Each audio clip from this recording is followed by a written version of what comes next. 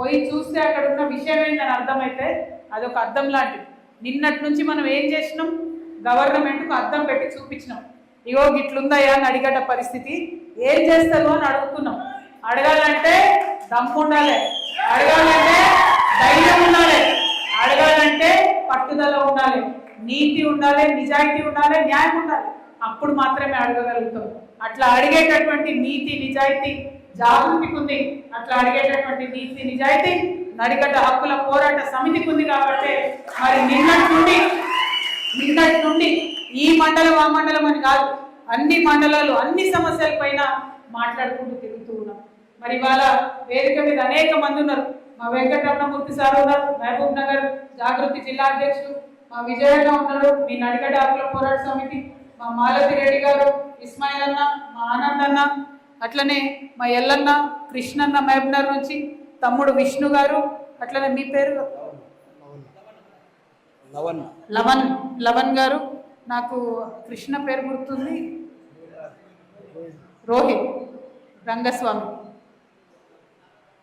ప్రేమరాజ్, అందరూ మండలాల నుంచి వచ్చినటువంటి నడిగడ్డ హక్కుల పోరాట సమితి కార్యకర్తలకు, నాయకులందరికీ కూడా ధన్యవాదాలు.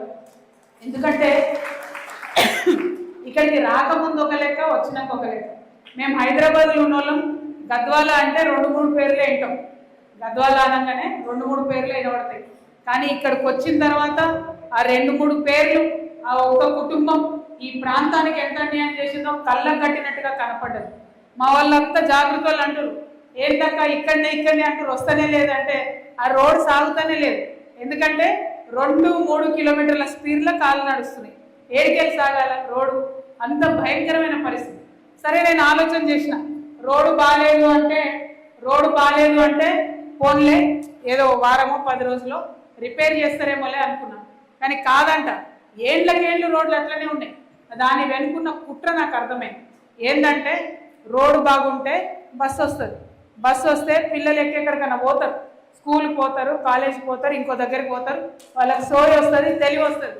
అది రావద్దు, వస్తే ప్రశ్న అడుగుతాం కదా, అది రావద్దు అనేటటువంటి కుట్రతో రోడ్లు వేస్తారు. దాని మీదకెళ్ళి అవినీతి. ఏం అవినీతి అది? ఇసుక మాఫియా మొత్తం ముఖ్యమంత్రి ఫోటోలు వేసుకొని టిప్పర్లు వందలు పోతున్నాయి. కాబట్టి రోడ్లను ఆగమైపోయినటువంటి పరిస్థితి. మరి ఇవన్నీ కూడా చూసి చూడనట్టు వదిలేద్దామా? మనకెందుకని ఊరుకుందామా? ఇట్లనే పోనీయా? ఇప్పుడే సోదరుడు రంజిత్ చెప్పింది ఏమని, మా తాతకు అన్యాయం జరిగింది, మా తండ్రికి అవమానం జరిగింది, మాకు అవమానం, ఇంకా ఎన్ని రోజులు భరిద్దాం? ఈ విషయం దయచేసి ఆలోచన చేయాలి. భరించేది ఒక్క విషయంలో కాదు, ఏ విషయంలో కూడా భరించదు. చాలా మంది నాకు నిన్నటి నుండి చెప్తున్నారు, ఆసియా ఖండంలోనే అత్యంత తక్కువ చదువు ఉంది మన దగ్గర అని చెప్తున్నారు. కుదరదు, ఇంకా కుదరదు. ఏం చేయాలి? నడిగడ్డ నంబర్ 1 కావాలి. నడిగడ్డ నంబర్ 1 కావాలంటే పంతం బట్టి పిడికిలు బిగించి ముందుకెళ్ళాలి. ఎట్లా సాధ్యమవుతుంది అభివృద్ధి? మీరు నేను మీటింగ్ పెట్టుకుంటే కాదు. ఎట్లా సాధ్యమవుతుంది? రాజకీయంగా నాయకత్వం మార్చినప్పుడే అభివృద్ధి సాధ్యమవుతుంది. రాజకీయ పోరాటాల ద్వారా మాత్రమే హక్కులు సాధించబడతాయి. మనం ఉన్నది ప్రజాస్వామ్యంలో. తెలంగాణ కావాలని అన్నాడు అనుకున్నాం, ఏం చేసినాం? రోడ్ల మీదకి రాలే మొదలు. ఏం చేసినాం? ఓటు ద్వారా తెలంగాణ సాధిస్తామని చెప్పి రాజకీయపరమైనటువంటి పోరాటం చేసినాం. రాజకీయపరమైనటువంటి అంశాల మీదనే కొట్లాడినాం. ఆర్టికల్ 3 అంబేద్కర్ గారు చెప్పిండ్రు, అట్లనే తెలంగాణ ఇస్తవా సస్తవా అని కొట్లాడినాం. రాజకీయంగా నాయకత్వం మార్చితే మనకు రోడ్ వస్తుంది, స్కూల్ వస్తుంది, ఉద్యోగం వస్తుంది, సీడ్ పత్తి రైతులకు న్యాయం జరుగుతాయి, అన్నీ జరుగుతాయి. ఇప్పుడు ఏంటి పరిస్థితి? ఉన్న నాయకులు దొంగలతో కలిసి ఉన్నారు. మీరు పోయి ఎంత మొత్తుకున్నా గీ పెట్టినా న్యాయం ఎట్లా జరుగుతుంది? మీకు జరిగే ఆస్కారమే లేదు. అందుకే అంటా ఉన్నా, నడిగడ్డలో నయా నాయకత్వం రావాలి. నయా నాయకత్వం వస్తేనే నడిగడ్డ మారుతుంది, తప్పితే ఉట్టుట్టిగా మారదు. మరి అంతకుముందు చిన్నప్పుడు ఒక కథ చెప్తుండ్రి, ఏమని? ఒక రాక్షసుడు ఉంటాడట, ఆయన పేరు బకాసురుడు. ఆయన ఊరవతలు ఉంటాడు అన్నట్టు ఒక గుహలో. ఏమంటాడు ఆయన? ఊరోళ్ళతో ఒక ఒప్పందం చేసుకుంటాడు. చూడబ్బా, నేనైతే బాగా బలవంతుణ్ణి, మీరందరూ మర్యాదగా నాకు రోజు అన్నం పెడితే ఓకే, లేదంటే నేను ఊరి మీద కూడా అందరిని చంపేస్తాను. అంటే ఊరోళ్ళంతా కలిసి మాట్లాడుకున్నారు. పాపం ఏం చేస్తాం మరి, ఊర్లో ఒక్కొక్కరిని బతికించుకోవాలి కదా, ఎట్లా ఎటువంటి తట్టు పోతే కష్టం కదా అని, వద్దురా నాయన నువ్వు ఆ గుహలనే ఉండు, మేమే రోజుకి ఇంటికి ఒకటి నీ దగ్గరికి తోలుతాం, తినుకుంటా ఉండు అని చెప్తారు. అట్లా బకాసురుని అక్కడ పెట్టుకుంటారు. అట్లా కాంగా ఒకరోజు అజ్ఞాతవాసంలో పాండవులు వస్తారు, భీముడు వస్తాడు. వచ్చిన తర్వాత భీముడికి స్టోరీ అంతా చెప్తారు. చెప్పగానే ఆయనకు మా కోపం వస్తుంది. సరే ఇవాళ నన్ను తోలండి అంటాడు. భీముడిని తోలుతారు బకాసురుడి దగ్గరికి. ఆయన పోయి ఒక గుదుగుదగానే బకాసురుడు చచ్చిపోతాడు. మరి ఇవాళ ఆ నడిగడ్డకు అట్లాంటి భీముడు ఒకటి కావాలి. ఎవరా భీముడు? గెలిపిస్తారా? వెంట ఉంటారా? నడుస్తారా? లేకపోతే ఎలక్షన్ ముందు రోజు వీడు దుడ్డిచ్చే వాడు దుడ్డిచ్చే నాకు అవుతారా? ఇక నాకు ఒక భయం ఉంది తమ్ముడు. ఇక్కడ ఒక్క లేడీ కూడా లేదు మీ నడిగడ్డ పోరాట సమితి. ఉన్నోళ్ళు 2-3 మేము జాగ్రత్తలమే ఉన్నాం. నాకు మా అన్నదమ్ముల మీద అనుమానం అబ్బా. ఎందుకంటే దుడ్డుకో బుడ్డికో మీరు అటు అవుతారు. అవునా? మీరు ఉట్టిగా చెప్పదిగో ఇక్కడ మన సర్పంచ్లు ఓడిపోయిన వాళ్ళు కూర్చున్నారు. వాళ్ళ ఏంటి పరిస్థితి పాపం? ఎప్పటిదాకా అందరు అంటిరి, హక్కులు అంటిరి, పోరాటం అంటారు. రేపు పొద్దుగాల ఓటు అనగానే అటు ఇటు అవుతాయి. ఇట్లనే అవుతారా ముందర కూడా? పక్కా ముచ్చట్ల. మరి ఒక భీముడు వచ్చినప్పుడు ఆ భీముని కాపాడుకోవాలి కదా మనం. ఎవరా భీముడు? వచ్చిందా? మరి కాపాడుకుందాం ఆయనను. అట్లా కాపాడుకుంటేనే ఆ బంగళ బకాసురుల సంగతి మనం కట్టం పెట్టవచ్చు. ఆ బకాసురుని కొట్టేటటువంటి నాయకత్వం వచ్చినప్పుడు, అటువంటి కాలం కలిసి వచ్చినప్పుడు మీరు పిడికిలెత్తి ముంగటుంటేనే పని జరుగుతుంది. లేకపోతే మళ్ళా గదే బానిస బతుకులు ఉంటాయి.